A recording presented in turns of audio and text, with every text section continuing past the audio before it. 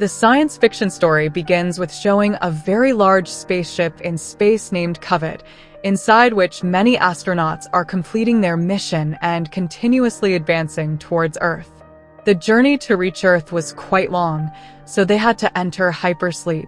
Hypersleep was the condition where all astronauts went into their sleeping chambers, and even after many months and years passed, there was no effect on their bodies. During this time, they didn't need any food or drink. Now, in this way, those astronauts had planned many routes inside the spaceship, but there was still quite some time left to reach Earth. The spaceship continued to advance continuously when suddenly it started receiving some strange signals. These signals were so powerful that they took control of the spaceship's main computer, and now this computer woke up the astronaut who had been sleeping for months. All the systems that were in deactivation mode were now activated again. The entire team of astronauts could not understand at all how all this happened. When they checked inside the control room, they found out that they were no longer going on the path towards Earth, but the spaceship's main computer was taking them somewhere else without consulting them. After some investigation, the astronauts discovered that the main computer of the spaceship had received a strange signal coming from a distant and unknown planet, and instead of heading towards Earth, the spaceship was continuously moving towards that planet. All the astronauts were discussing what they should do in this situation when Captain Daniel explained that they must now find out the origin of this signal by completing all their missions. Because the main computer's organization has already decided, and if it receives any signal, the main computer will divert the spaceship to that place on its own. However, the other astronauts were reluctant to do all these things because now they must complete their mission and return towards Earth. But the captain explained once again that if we people, they couldn't figure out, then the organization won't pay us for this mission, and now, due to compulsion, all the astronauts have to sit in the spaceship and go to see that incoming signal. They were all continuously moving forward while sitting in the spaceship. After several months of intervals, they all reached near a moon from where the signal was continuously being produced. Now, here, astronauts Captain Daniel, Ken, and Lombard decided to land on the moon and investigate the signal there. Taking their small spaceship, they land on the moon and go out into its environment wearing spacesuits. The three of them were shocked to see that the environment of this planet is similar to Earth, because there the gravity level was exactly the same. The rest of the astronauts stayed in the spaceship, guiding them and trying to decode the signals. An astronaut named Ripple was continuously decoding the signal and telling where its maximum strength is coming from. Meanwhile, the three astronauts were moving forward continuously to identify the signals. Then, in front of them, a very large spaceship appears. This spaceship was built with a strange structure. Captain Daniel also had no idea about it, so they quickly went inside the spaceship and started investigating. Although the spaceship had been stranded on this planet for many years, everything inside it was still working well and quite advanced. Captain Daniel and the other astronauts had already estimated that these things hadn't been developed by humans yet. Still, the three of them went inside to check what unique things they might find. Now, the three astronauts had walked into the control room of that unknown spaceship where they saw a very large alien skeleton sitting on a seat. Perhaps this was the controller of the spaceship who operated it completely. There were many strange things there that they couldn't comprehend. Mrs. Lombard was feeling very uncomfortable and said that they should leave, but Captain Daniel explained that they were forced to investigate in any way. Now, inside the spaceship, Ripple noticed when he saw those signals that it was not signals, but a warning they were receiving. But as soon as he was about to tell the other astronauts about it, another astronaut named us stopped him, and now he was saying that I would take care of it from now on. You leave from here. Now the three astronauts and the control room of the spaceship started going towards the lower part of the room a little further. That was a strange kind of black liquid that was moving from here to there. Ken couldn't understand anything, so he extended his hand towards it to see, when suddenly an odd little creature, in a strange way, climbed onto Ken's suit and tore through his helmet, getting inside. After this attack, Ken immediately lost consciousness. Upon hearing his voice, Captain Daniel and Mrs. Lombard rushed over to help Ken. They were taking Ken towards the medical room inside the spaceship, but now Ken's condition seemed very critical, so both of them were taking Ken towards the medical room in the spaceship. At that moment, Ripple asked what had happened to Ken. Captain Daniel was explaining that Ken's head had definitely been cut by a virus, so he was unconscious. So now Ripple was saying, following the rules, that until its condition is not sure, I cannot take Ken inside because according to the rule, if there is a doubt on any astronaut's head that he is a virus or then a virus. If a microorganism has attacked, then he cannot be taken inside the spaceship, because if this virus spreads, the other astronaut could also be affected, and if the spaceship reaches the ground with the virus could spread all around, so Ripple is straight, refusing to bring Ken inside. But Ash, behaving strangely, directly goes and opens the door, allowing Captain and Mrs. Lombard to bring Ken inside. Ash's behavior seemed to indicate that he was hiding some secret, which hadn't been revealed to anyone yet. Now Ken was quickly taken to the medical room where his helmet was removed. A small, dangerous creature had completely stuck to Ken's face, which, despite all efforts, couldn't be removed. All astronauts tried their best to get the creature out but failed. Now Ken's breathing had also stopped, making them think that Ken had died. Ken was now kept confined to the medical room for some time, and the other astronauts started discussing what to do next. The surprising thing was that within a few hours, this strange creature attached to Ken's head somehow detached itself. When Ripley went to check Ken's condition, his breathing had returned. No one understood how this happened. The small creature was now dead. Here, Ripley believed that these were strange creatures from another planet that could spread viruses on a large scale. Therefore, she was telling her teammates that we should leave these creatures in space right here. But the other astronauts believed that if we take these creatures to Earth, we could make many inventions by researching them.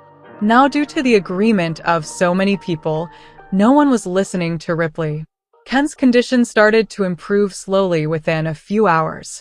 Due to everyone's consensus, they had set out on their spaceship towards Earth with that alien sample.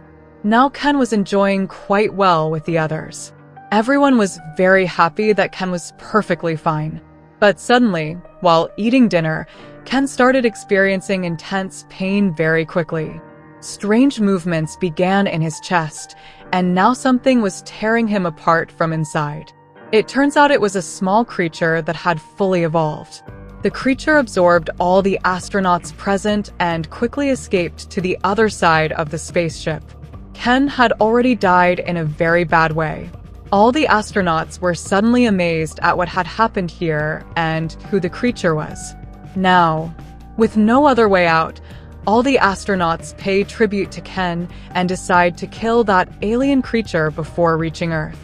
All those astronauts were in very bad condition, seeing the alien creature in their spaceship, but now maybe those people had made a big mistake by not listening to Ripple's words. The power source of one chamber of the spaceship was suddenly being shut down. No one had any idea about this. Now all those astronauts had formed 2 teams to find that alien and kill it. In the first team, Ripple and Parker, along with 2 astronauts named Brett, had left.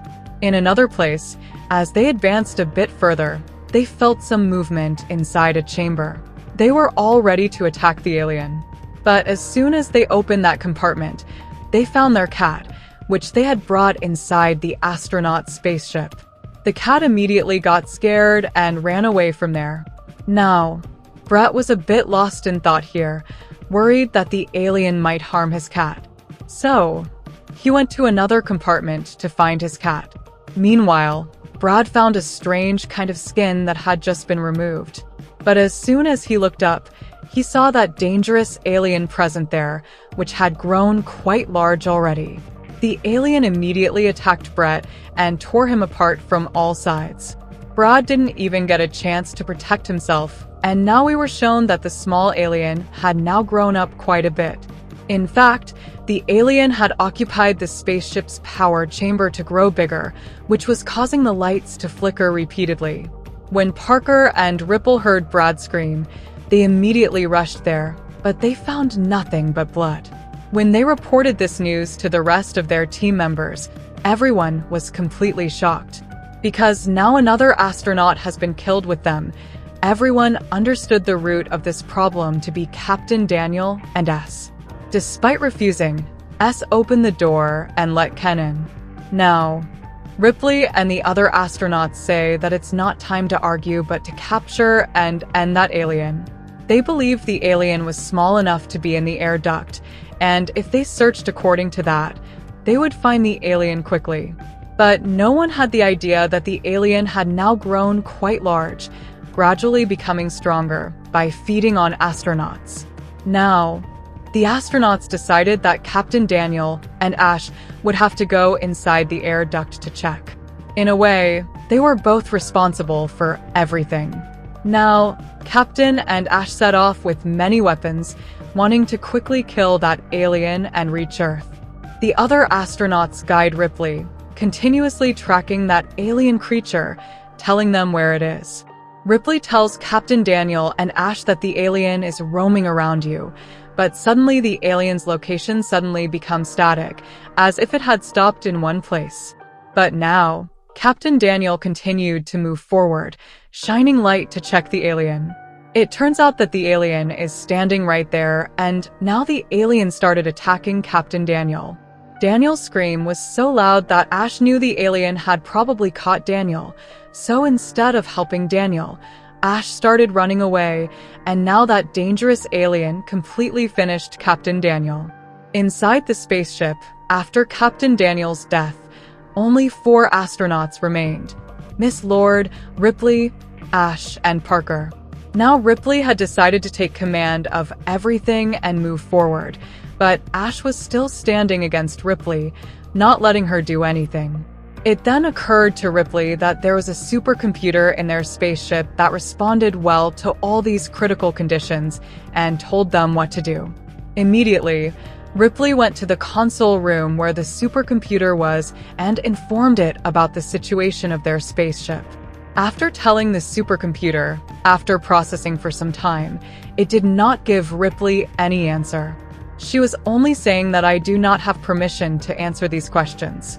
Now Ripley understood that there was something wrong in it because so far the people had received the right answer from the supercomputer, but now Ripley kept typing some more commands continuously, by which he could take information from the supercomputer.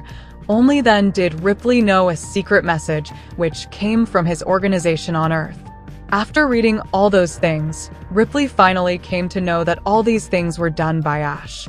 Actually, that dangerous alien had already told the organization's members, after which the committee members told Ash to meet the alien species, whatever happened. Be as dangerous as possible, and even if many of our astronauts are killed because of it, but Ash's priority was to bring the alien species to Earth in any way. Inside the spaceship, Ash had been doing the same thing from the beginning. He was the one who informed Captain about the information that we had to go to that planet and bring the alien species back, and now their condition has become like this. After knowing all these things, Ripley immediately goes to Ash and starts killing him because Ash had put everyone's life at risk just for money. After a little war on A's, it starts to look like a liquid from its head. Then suddenly Ash started trying to kill Ripley angrily. Hearing Ripley's voice, Parker also arrives there, who is trying to separate Ash. But suddenly at one time Parker handles both. After trying very hard, Parker now gets angry and hits Ash's head. After looking well, Parker and Ripley understood that Ash was not a human but an android robot sent by the organization. Actually, in the beginning, the organization had sent A to keep an eye on them so that if any alien species got an astronaut, then his job was to bring the alien species to Earth in any way. Even if all the astronauts went in these things, it was a priority of all the astronauts to bring the alien species to Earth in any way. Now all 3 astronauts were sitting in tension here. Ripley now activates the cut head of A little bit so that she can ask him about the whole plan, what the organization finally said, and she started asking about the plan in the last. He was an android. He started saying that the organization had already given me a command: if I find any alien species, then it would be brought to Earth. And now all of you cannot fight with that alien, because it was very powerful. Parker, Miss Lord, and Ripley immediately left from there to kill the alien. While leaving, Parker used a flamethrower to completely burn android robot A, and now all 3 were continuously moving forward to find the alien. Just then, Miss Lambert tells the others that the alien must be in the main ship, so they could do one thing: activate the self-destruction mode of the entire main spaceship and take a smaller spaceship towards Earth. Everyone liked this plan very much, so they all started moving towards the smaller spaceship. Parker and Lambert quickly went inside, while Ripley was trying to activate the self-destruction mode of the spaceship. However, in the meantime, the alien attacked both Parker and Lambert very badly. Ripley had heard their screams, but now she knew that the alien would not leave them alone. Their deaths would be very bad. Ripley quickly activated the self-destruction mode of the main ship and started moving towards the smaller spaceship. She was increasing her steps very carefully so that the alien would not appear in front of her. She was trying her best not to enter the small spaceship because there would be no benefit in destroying the main spaceship. Ripley kept her scared cat in a box and started moving towards the smaller spaceship. Even after looking around, she couldn't see any alien, so she immediately sat in the smaller spaceship and left the space. Due to the self-destruction mode of the main ship being on, she was completely blasted soon. And now Ripley was a little relaxed, knowing that finally she could return safely. Ripley had placed her cat in the sleeping chamber and herself went into hypersleep.